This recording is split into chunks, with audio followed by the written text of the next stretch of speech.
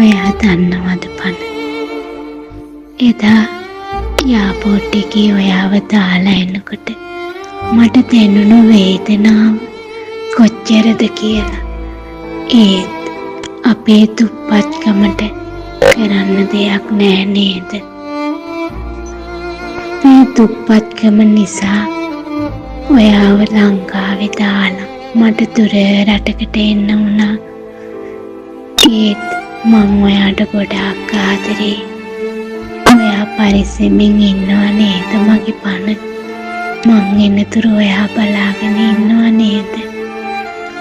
ඔයා දන්නවද අඩි 100,000 ගාණක් උඩින් එනකොට දැනුණු වේදනාව කොච්චරද කියලා? පැනලා එන්න පුළුවන් නම් මං ක්ෂණිකව ඔයා ළඟට එනවා. තේරුණාද මැනික? ඒත් කරන්න දෙයක් නැහැ.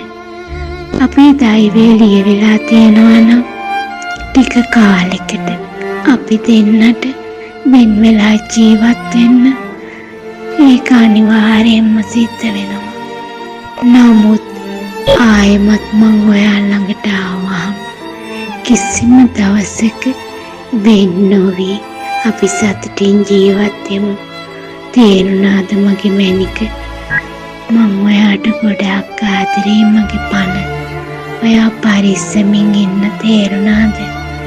ඔයා කෑවද බීවද හොඳින් නේද කියලා අහන්න. මම ඉන්නවනේ මගේ සුදු. පරිස්සමින් ඉන්න. තේරුණාද? මං ඔයාට ගොඩාක් ආදරේ. මේ දුෂ්කර ජීවිතේ ගත කරලා ආයෙමත් ඔයා ළඟට එනතුරු පරිස්සමින් ඉන්න මගේ පන. මං ඔයාට ගොඩාක් ආදරේ මගේ පන. මුතු සරණයි. තේරුණාද මැනික?